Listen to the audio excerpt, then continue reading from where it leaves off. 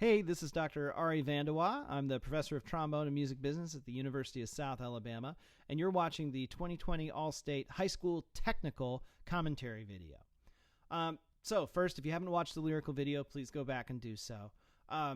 But diving right into the technical, remember what the source material is for this particular piece. This is from a theme and variations, all right, which is a certain style of writing, compositional writing. What that means is that if you turn the page back and you look at theme, that melody is the beginning material for this variation. So I strongly recommend that before you even dig in too much on playing the technical stuff, right, all these scales and arpeggios that are very fast at 108, that you actually go back and play through the theme a little bit and get a sense of this melody that you're trying to convey. Speaking of the tempo, 108 is a very fast tempo for a lot of us.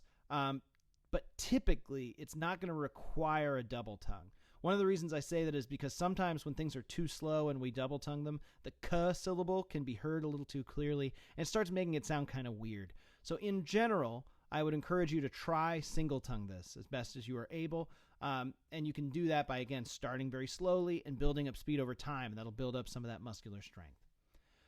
I mentioned this a lot in the high school lyrical commentary, but really, really, really be mindful of your articulations. That's probably one of the biggest challenges in this etude is following those very strictly. Ultimately, the difference in your auditions is going to come down to who did the printed articulations the most clearly, right? It's not usually going to just be notes and rhythms because, as it turns out, most prepared students can play the notes and rhythms correctly. So this is a good next level thing to focus on, are these articulations.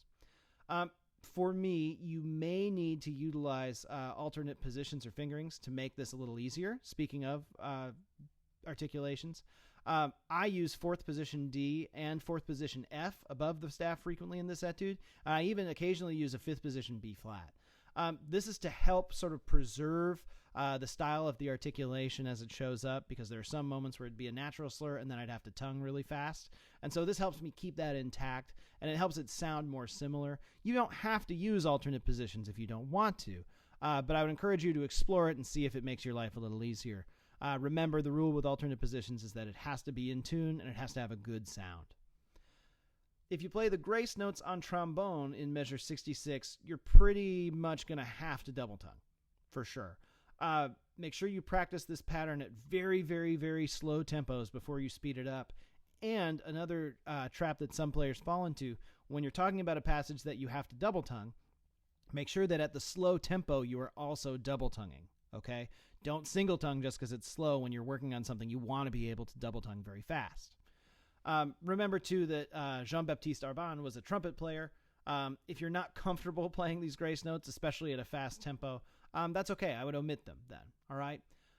If you're a euphonium player and you can do this very well and cleanly, very quickly with your valves, go for it. Make sure that you blow through the grace notes and that you don't back away just because it's faster and technical, right? It is okay to put just a little lift, a little pause after the low B flat in measure 68 to catch a good breath. It's interesting to note, by the way, this may be a publisher discrepancy. There's actually a retardando written in the theme here, and variation 1 has the same retardando, so maybe even there's an issue where there should be a retardando here that's not printed. However, just take that pause, get a good breath, and make sure that you're well supported after that low B flat so that you can get all the way to the end of the etude. So the next thing I want to go over is my approach, especially to practicing these technical etudes, and really anything technical in particular. Typically, I will run through this etude 3 times each at the following tempos. I'll do one tempo a day for a week. And then I repeat the next week and the next week until I feel 100% confident in my ability to play the etude perfectly every time, right? So day 1, I'm going to play through it 3 times at quarter note equals 40 beats per minute. Day 2, I'm going to do 60. Day 3, 80. Day 4, 100. And if that's a little too fast, you can always pull it back, right? Do 90, 95, or even another day at 80. And then finally, day 5, I'm going to do it at the printed tempo of 108. And again, you can always practice slower until you feel like you're in control. But the goal of this is to achieve 100% accuracy on everything on all 3 attempts by the end of the week, right? So that every take is a good take. If you apply this approach to just 1 month of your practice on this, I can almost guarantee you that you're going to have massive success because you're going to be taking things slowly, focusing on keeping it in time, ingraining the muscle memory of the positions, and the sense of timing as the slide moves, which is another thing we don't often think about, or the valves move for that matter. So please, please, please, this is my approach, and it's very calculated, but just make sure that you're spending some time at very slow speeds, that you have a lot of time to process it, and identify some of these patterns and notes and these moments where it changes and becomes more difficult. Remember that even though it's a technical etude, that doesn't mean that you shouldn't try to have a really beautiful sound on every single note. A lot of times with technical etudes, we tend to sort of clamp down, right? It's very difficult. So we squeeze these muscles and we power through and we did it.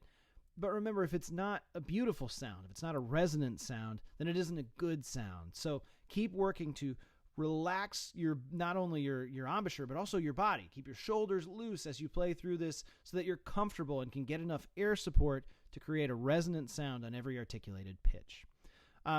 The other thing you're going to need to do is reduce some of that tension on the lips themselves occasionally. So make sure that as you play, you're not over-engaging the embouchure just to play this very, very technically and very quickly, right? You want to be open, relaxed, and allow for maximum air efficiency when you play. Thanks, guys. This has been the commentary for the Technical Etude. Happy practicing.